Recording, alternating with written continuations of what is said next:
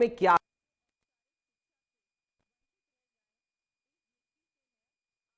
कुछ कह रहे हैं, सुन लेते हैं एक बार।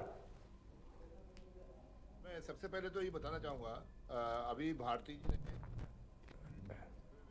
संबोधित करने के लिए हमारे मध्य राजस्थान के यशस्वी मुख्यमंत्री आदरणीय भगवान शर्मा जी उपस्थित हैं।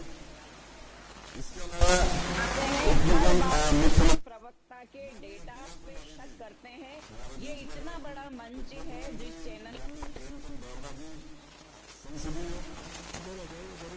प्रमुख शासन सचिव वित्त गौरव गालोरिया जी एवं एसीएस मुख्यमंत्री अखिल अरोड़ा जी हमारे बीच में उपस्थित हैं।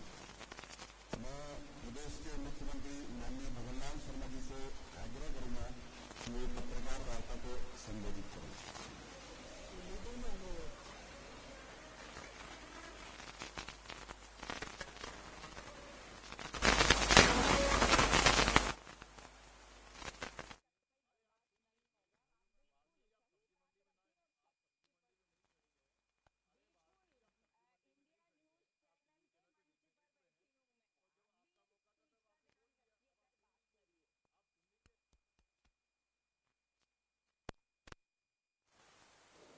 सबसे पहले तो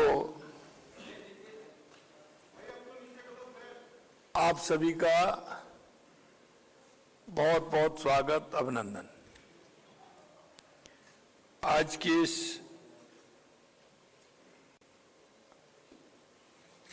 बजट की कॉन्फ्रेंस में मेरे साथ कैबिनेट में मेरी साथी उप मुख्यमंत्री और वित्त मंत्री जिन्होंने आज बजट पेश किया है, ऐसी श्रीमती दिया कुमारी जी, कैबिनेट में मेरे दूसरे साथी और उप मुख्यमंत्री प्रेमचंद बैरवा जी, फाइनेंस सेक्रेटरी वैभव गैलरिया जी, मेरे मुख्यमंत्री कार्यालय में एसीएस अखिल अरोड़ा जी, सभी मेरे पत्रकार भाई और बहनों, आज हमने 2025-26 का बजट विधानसभा में रखा है। हमने ये बजट हमारे द्वारा तैयार किए गए विकसित राजस्थान 2047 विजन दस्तावेज को धरातल पर उतारने के लिए एक एक्शन प्लान के रूप में तैयार किया है। हमारी सरकार ने हाल ही में पेश किए गए केंद्रीय बजट में यशस्वी प्रधानमंत्री श्री नरेंद्र मोदी जी द्वारा मार्गदर्शित 3 कर्तव्यों के आधार पर है। पहला, तेज और स्थिर आर्थिक विकास। दूसरा, लोगों की आकांक्षाओं को पूरा करना, उनकी क्षमताओं का निर्माण करना, सबका साथ सबका विकास से प्रेरणा लेते हुए अपना बजट बनाया है। हमने संकल्प पत्र 2023 में 392 घोषणाएं की थी, जिन्हें 5 साल में पूरा करना था, लेकिन हमने 5 साल का इंतजार नहीं किया। हमने 2 साल में ही 282 घोषणाएं यानी कि 72% से अधिक को पूरा करके दिखाया है। इसी तरह बजट 2024-25 की 1277 घोषणाओं में से 1188 यानी 93% को धरातल पर लागू कर दिया है। पिछली साल के बजट की 1441 घोषणाओं में 1246 घोषणाएं यानी कि 86% को धरातल पर उतार दिया गया है। मेरे भाइयों, यह बजट हमारा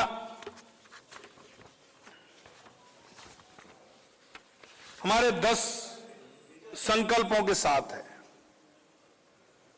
हमारा अवसंरचना का विस्तार, नागरिक सुविधाओं में सुधार, पर्यटन, कला और संस्कृति धरोहर, मानव संसाधन का सशक्तिकरण, सामाजिक सुरक्षा प्रणाली का सुदृढ़ीकरण, सुशासन और डिजिटल परिवर्तन, कृषि विकास और किसानों का कल्याण, हरित विकास और पर्यावरणीय सहायता, औद्योगिक विकास एवं निवेश को प्रोत्साहन, और हमारा $4.3 ट्रिलियन 2047 तक और $350 बिलियन 2029 तक राज्य की जीडीपी का है। मित्रों, हमारा ये 26-27 का जो बजट है, में राज्य की जीएसडीपी 21,52,100 करोड़ रुपए होना संभावित है, जो वर्ष 23-24 से 41% से अधिक है। हमारे प्रयासों में राज्य की प्रति आय पहली बार प्रति व्यक्ति आय 2 लाख पार किया है, यानी 2,02,349 रुपए कर गई है, जो वर्ष 23-24 से 21.15% अधिक है। वर्ष 26-27 का बजट साइज 6,10,956 करोड़ रुपए है, जो कि वर्ष 23-24 कांग्रेस के अंतिम वर्ष से 41% से अधिक है। हमने इंफ्रास्ट्रक्चर डेवलपमेंट के लिए पूंजीगत व्यय 53,978 करोड़ रुपए का प्रावधान किया है, जो कांग्रेस सरकार के अंतिम वर्ष 2023-24 से 2 गुना से अधिक है। हमारी सरकार युवाओं के उज्जवल भविष्य के लिए प्रतिबद्ध है। इसे ध्यान में रखते हुए हमारे द्वारा युवा नीति, कौशल नीति तथा रोजगार नीति लागू की गई है। हमने 4 लाख भर्तियों के संकल्प को पूरा करने की दिशा में जहां सरकारी क्षेत्रों में 1 लाख से अधिक नियुक्तियां दी हैं, वहीं निजी क्षेत्र में 2 लाख से अधिक रोजगार के अवसर सृजित किए गए हैं। वर्तमान में 1,43,000 पदों पर भर्तियां प्रक्रियाधीन है। 1 लाख पदों पर भर्ती किए जाने की परीक्षा कैलेंडर जारी कर दिया गया है।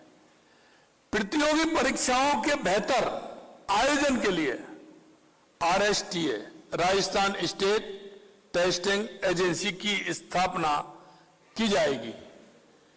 ऑनलाइन टेस्टिंग सुविधा, टेस्ट सेंटर का निर्माण किया जाएगा। इसके लिए जिससे कि हमारी परीक्षाएं पारदर्शी हो, जिनमें किसी भी तरह से कोई गड़बड़ी नहीं हो। ये आगामी ध्यान रखते हुए हमारा इंफ्रास्ट्रक्चर ऐसा होगा जो युवाओं को किसी भी प्रकार से कोई परेशानी नहीं होगी। इसी तरह हमारी सरकार किसानों की आय बढ़ाने हेतु संकल्पबद्ध है। हमारे कार्यकाल में किसान सम्मान निधि के अंतर्गत 76 लाख से अधिक किसानों के खाते में डीबीटी के माध्यम से 10,900 करोड़ रुपए से अधिक की राशि हस्तांतरित की गई है। यमुना जल को शेखावाटी क्षेत्र तक लाने के लिए हम लगभग 32,000 करोड़ रुपए के कार्य प्रारंभ करेंगे।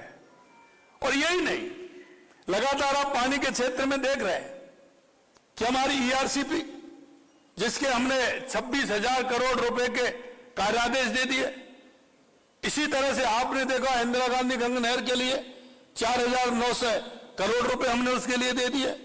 इसी तरह से देवास स्कीम के लिए 1,000 करोड़ रुपए हमने दिए हैं। और हमारा जो पानी राणा प्रताप सागर ब्राह्मणी नदी से जो आना है, उसके लिए भी हमने DPR बनाते हुए उसके लिए भी काम किया है। इसी तरह ERCP में हमारा बंद वाराठा से लेकर के ये काम हमारा चल रहा है। मैं आपको कहना चाहता हूं कि पानी के क्षेत्र में लगातार हमारी सरकार काम कर रही है। ग्रामीण क्षेत्र में बीबीजी रामजी योजना के अंतर्गत राज्य सरकार द्वारा 4000 करोड़ रुपए का व्यय किया जाएगा।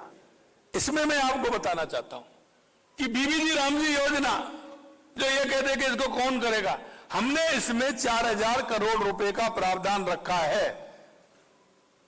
इसलिए हमारा ये काम केंद्र और राज्य सरकार का 60-40 का रेशो है, उसमें हम काम करने वाले हैं। हमने चिकित्सा एवं स्वास्थ्य हेतु 32,526 करोड़ रुपए का प्रावधान रखा है, जो वर्ष 23-24 से लगभग 53% अधिक है। और इसी क्षेत्र में आपने देखा होगा कि बच्चों के लिए हमने हमारा JK लॉन हॉस्पिटल में 500 बेड का IPT टावर बनाने का काम किया है। 200 बेड का हमने RUHS में किया है। इस तरह से हम चिकित्सा के क्षेत्र में भी लगातार काम कर रहे हैं, वो हमने जिसमें दिया है। प्रदेश के विद्यार्थियों को बेहतर गुणवत्ता शिक्षा सुनिश्चित करने के लिए प्रावधान को बढ़ाते हुए लगभग 69,000 करोड़ रुपए किया है, जो कि वर्ष 23-24 से लगभग 35% अधिक है।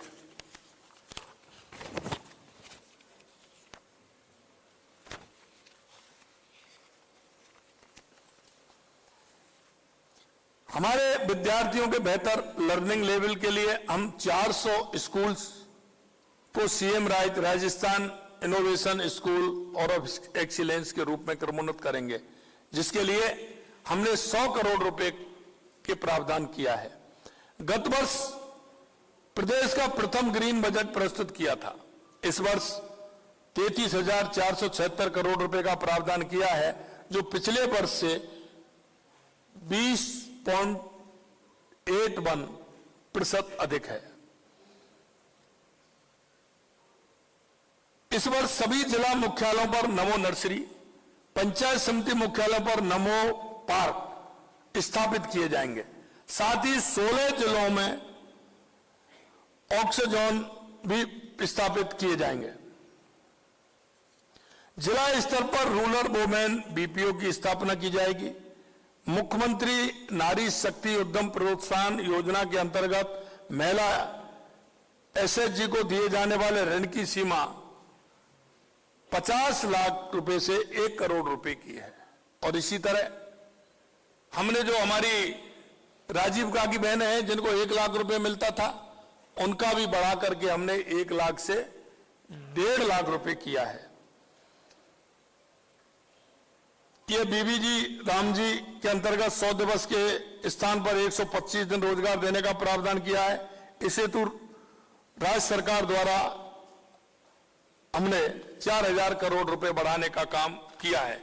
मित्रों, मैं आपसे कहना चाहता हूं कि लगातार हमारी सरकार, आपने देखा है कि हम काम कर रहे हैं, और हमारा जो बजट का प्रावधान है वो आम जन को देखते हुए, जो हमारे युवा, महिला, किसान, गरीब, उसे लेकर के है। और लगातार आपने देखा है कि राजस्थान में, राजस्थान के अंदर 35,000 करोड़ रुपए के MOU हुए थे, 8 लाख करोड़ रुपए के जमीन पर उतरे। इसे देखते हुए हमने युवाओं को प्रोत्साहन देने के लिए कि वो नौकरी लेने वाले नहीं, नौकरी देने वाले भी बने, इसके लिए हमने 10 लाख रुपए का प्रावधान हमने युवाओं को रखा है कि 10 लाख रुपए तक का वो लोन ले सकते हैं, और उसकी गारंटी भी सरकार दे रही है।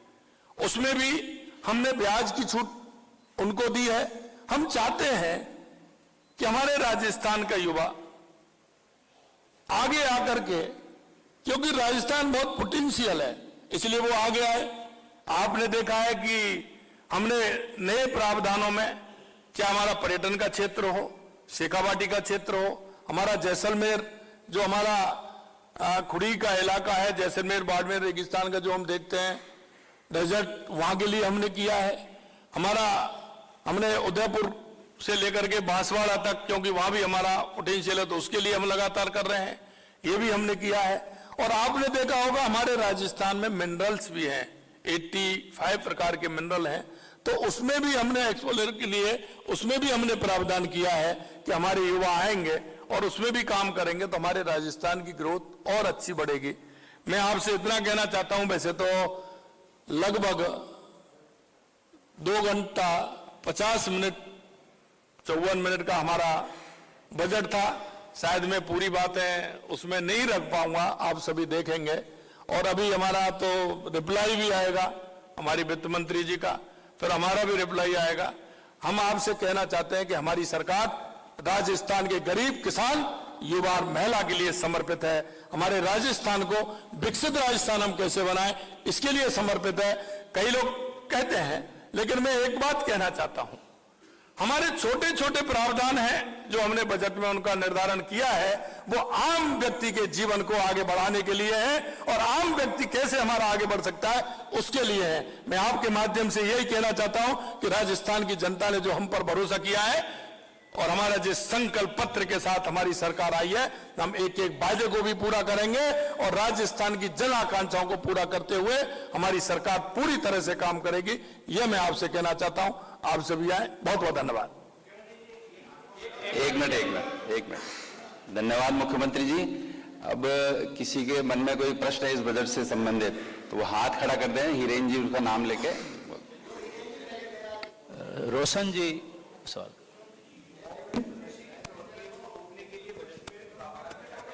क्या मानते हैं कितना जरूरी है ये? देखिए, मैं आपको कहना चाहता हूं कि इसमें हम पूरी तरह से सुदृढ़ हमारी सरकार है कि हम किसी भी तरह से नशे का जो आ रहा है इसको हर कीमत पर रोकेंगे। इसीलिए हमने उनका प्रावधान बजट में किया है और हम इसमें आगे भी बहुत कुछ करने वाले हैं। ऐसे लोगों के खिलाफ भी करने वाले हैं जो नशे के कारोबार में जुड़े हैं और हम उनको भी जिस तरह से एक हम कई संस्थाओं से मिलकर के हमारी योजना बन रही है कि हम विद्यालय, महाविद्यालय, स्कूल और जहां हमको लगता है वहां उसमें भी हम सरकार और समाज के साथ मिलकर के कई प्रोग्राम चलाने वाले हैं। इंडिया टीवी से मनीष भट्टाचार्य जी। लेकिन एनटीए के तर्ज पर जो ये स्टेट टेस्टिंग एजेंसी जो बनाई जा रही है, ये परीक्षाओं में पारदर्शिता के लिए कैसे काम करेगी, कितना प्रभावी सिद्ध होगा?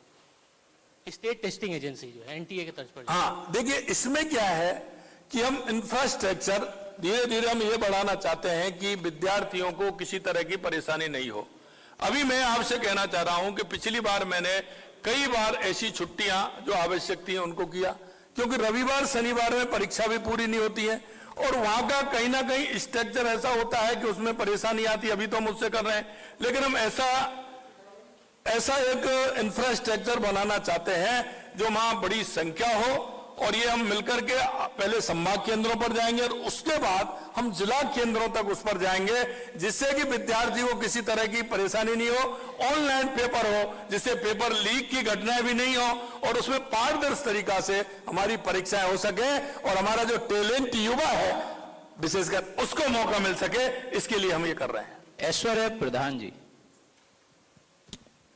कांग्रेस ने अभी प्रेस कॉन्फ्रेंस की तो कांग्रेस ने 4 चीजें बड़ी महत्वपूर्ण ऑब्जर्व की। एक तो उन्होंने कहा कि आपका पानी 10 बार बदला गया और उप मुख्यमंत्री जी का 10 बार पानी बदला गया, पानी पीने का गिलास। फिर उन्होंने कहा कि 3 मंत्री सो रहे थे। दूसरी बात एक और उन्होंने बोली कि रामगंज मंडी में भी एक मेंटल हॉस्पिटल खोला जाना चाहिए। फिर उन्होंने एक बात बोली, ये सारी बातों का जिक्र करते हुए उन्होंने कहा कि यमुना जल के लिए अभी तक डीपीआर ही नहीं बनी और रिफाइनरी का जिक्र ही नहीं आया इस बजट। देखिए, मैं 2 बात आपसे कहना चाहता हूं। कुछ योजनाएं ऐसी होती हैं जिनमें समय लगता है और हम लगातार हम यमुना जल पर काम कर रहे हैं और मैं आपको बताते हुए मुझे प्रसन्नता हो रही है कि इसमें हरियाणा और राजस्थान दोनों में पूर्ण रूप से समझौता इसमें हुआ है। हमारी सहमति दोनों की बन गई है। परसों सीआर पाटिल जी हमारे केंद्रीय जल शक्ति मंत्री आए थे, उन्होंने भी बताया कि दोनों की हमारी सहमति, उनका भी सहमति पत्र हमारा भी हो गया, डीपीआर हमारी। और इसीलिए हमने 32,000 करोड़ रुपए यमुना के जी के प्रावधान उसमें हमने बजट में रखा है। इसलिए मैं उनसे कहना चाहता हूं, जिन्होंने सबसे ज्यादा इस प्रदेश पर राज किया, उनको क्वेश्चन करने का कोई हक नहीं है कि जो वो कुछ नहीं कर पाए। आलोक खंडेलवाल भास्कर से। हाँ, नमस्कार सर।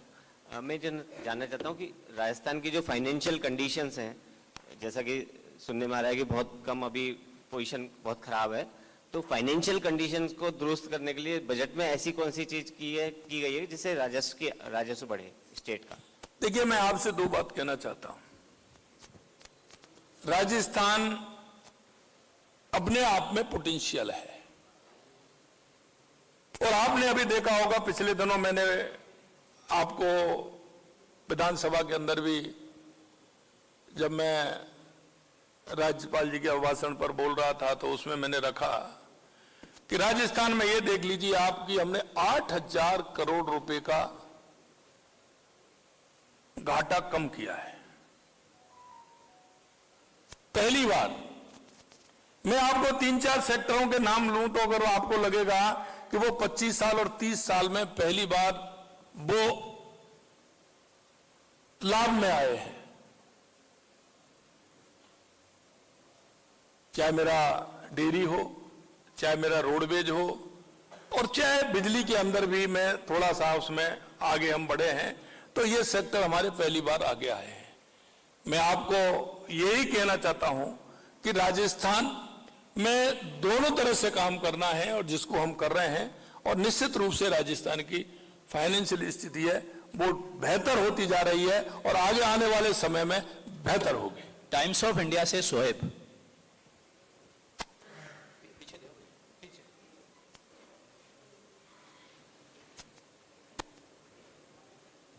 Thank you sir. जो आज बजट में स्कूल्स का जो रिपेयर के लिए जो बजट पास हुआ, उसमें बताया गया कि 2500 स्कूल्स को रिपेयर करने के लिए 550 करोड़ का बजटरी एलोकेशन किया गया इसमें सर। लेकिन इस फिगर को हम देखें और कंपेयर करें कि जो शिक्षा मंत्री मदन दिलावर जी ने कुछ दिन पहले अभी विधानसभा में एक रिप्लाई में कहा था कि 41,000 स्कूल्स जो हैं वो रिपेयर मांग रहा है, 3500 स्कूल्स ऐसे हैं जो कि अनसेफ हैं। तो सर ये 2500 स्कूल्स क्या आपको लगता है काफी रहेंगे? इतने बड़े जो स्कूल्स को, यानी कि 41,000 स्कूल्स को रिपेयर चाहिए, सर ये कहां तक मतलब जो है बैलेंस बना पाएगा? Thank you. देखिए, उसमें आप जब बजट में देखेंगे तो आपको प्रावधान अपने आप महसूस कर लोगे। उसमें नए स्कूल बनने हैं, उनके लिए हमने अलग दिया है। जो नए स्कूल की संख्या हमारी जो है, उसके लिए 400 करोड़ रुपए हमने उसके लिए दिया है। नए स्कूल जो बनने वाले हैं उसमें से ही वो कम होंगे। और ये 550 करोड़ रुपए हमने रिपेयर के वो दिए हैं, जिनका तखमीना बनवा करके हमने लिया है। आपको मैं एक विश्वास दिलाता हूं कि राजस्थान के अंदर हमने उन बिल्डिंगों को भी लिया है, उनको चिन्हित किया है। आपको जाकर के लगेगा कि ये आप क्या कर रहे हैं, आज तक किसी ने नहीं किया। ऐसी बिल्डिंग राजस्थान में खड़ी है जिनका उपयोग नहीं हो रहा है, ऐसी 13,000 बिल्डिंगों को हमने छांटा है। 13,000 बिल्डिंग राजस्थान के अंदर हैं जिनका कोई उपयोग नहीं है। हमने उसकी उपयोगिता देखते हुए उनकी भी मरम्मत होगी, आवश्यक होगा उसमें उसको भी करेंगे, और ये भी करेंगे। और मैं आपको विश्वास दिलाता हूं कि राजस्थान के जितने भी स्कूल हैं, हम उनको पूरी तरह से रिपेयर करते हुए, जहां नए की आवश्यकता है वहां नए बना रहे हैं, जहां पुराने की आवश्यकता है उसको रिपेयर कर रहे हैं, जहां हमारी बिल्डिंग खड़ी हुई है उनमें उनको हम शिफ्ट भी करेंगे। अंतिम सवाल की ओर हम जा रहे हैं। लास्ट 2 सवाल लेंगे, पंकज सोनी जी और उसके बाद लाल सिंह जी। मुख्यमंत्री जी, वेतन आयोग की बात करिए, 8वें वेतन आयोग की, 8वां वेतन आयोग जो जिसकी बात करिए कमेटी गठन की बजट में, तो ये क्या केंद्र की जैसे टाइम बाउंड इसकी रहेगी कि कितने समय में रिपोर्ट देगी कर्मचारियों को वेतन आयोग देने के लिए? ये तो कमेटी है, तुरंत कमेटी रिपोर्ट देगी। ये तो उसके लिए है, जब 8वां वित्त आयोग आ रहा है तो उसकी रिपोर्ट तो देनी ही देनी है। नहीं, केंद्र से पहले स्टेट की रिपोर्ट रहेगी या केंद्र के बाद अब उसका अनुसरण होगा? देखो, इसका जो रूल्स है उसके आधार पर होगी। केंद्र की अगर उसमें कोई समाहित होना होगा तो उसको करेंगे, अगर उसमें अपना ही अपना होगा तो हम उसको करेंगे। वो तो दोनों की एक दूसरे से मिलकर की होती है। एक मिनट मुकेश जी, एक क्वेश्चन होके अब हम समापन की ओर हैं, लास्ट क्वेश्चन है। सिंह साहब, मेरा पूरे बजट को लेकर एक बात करनी थी, क्योंकि अगर हम जो बजट कवरेज कर रहे हैं इन दिनों में, हम पहले कवर करते थे, सुनने में आता था राजस्थान पर इतना कर्ज है, हर व्यक्ति पर इतना कर्ज आ रहा है, राजस्थान कर्ज में डूब रहा है। लेकिन आपके आने के बाद जो परिवर्तन हमने नोट किया है, अगर क्या मैकेनिज्म आपका है, क्या मूल मंत्र है कि ये चीजें कम होती जा रही है?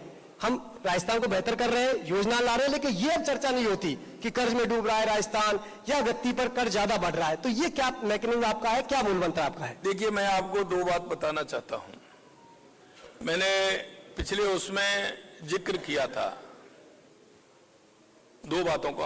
एक तो पता लगता है महंगाई दर से, तो मैंने उस दिन बताया था महंगाई दर किस तरह से घट करके नीचे आई है और 0.81 आई है, 6.5 से ऊपर थी, फिर 4.44 हुई, 4.44 और उसके बाद 0.81। ये क्या आधार मानते हैं? इसी तरह से 8,000 करोड़ रुपए का, जैसा मैंने बताया, कर्जा कम हुआ। इसी तरह से प्रति व्यक्ति इनकम पहली बार 2 लाख को क्रॉस की है। इससे आप अनुमान लगा सकते हैं कि राजस्थान किधर जा रहा है। और मैं आपको यह भी विश्वास दिलाना चाहता हूं कि आपने देखा होगा आज 2-3 घोषणाएं और हमने की हैं, क्योंकि हम उसको रोकना चाहते हैं जो राजस्थान की गाड़ी कमाई जिसको देनी होती है उस पर नहीं पहुंचती है। हमने डीबीटी के माध्यम से किया है, आपको पता हो। हम हर चीज को डीबीटी पर ला रहे हैं जिससे कोई उसका बिचौलिया नहीं हो, जिससे कि वो जिस व्यक्ति को जिस की आवश्यकता है, जिसको सरकार दे रही है, उसको सीधे खाते में पहुंचे। अब तक क्या होता था, बजट की शायद बड़ी होगी, कुछ और होगा, लेकिन उसकी कितना उस तक पहुंचता था। हमने कहा है कि हम अंतिम पायदान पर जो व्यक्ति खड़ा है, हर योजना का लाभ उस तक मिले, किसान को, युवा को, मजदूर को, जो भी आवश्यकता है हमारी, उनको पूरी तरह से मिले। इसलिए हम उसकी तरफ भी बढ़ रहे हैं। आप चिंता मत करिए, राजस्थान निश्चित रूप से विकसित भारत और विकसित राजस्थान, उत्कृष्ट राजस्थान, और जो हमने कहा है वो हम करके दिखाएंगे, ये मुझे विश्वास है। बहुत बहुत धन्यवाद। आप सभी का बहुत बहुत धन्यवाद।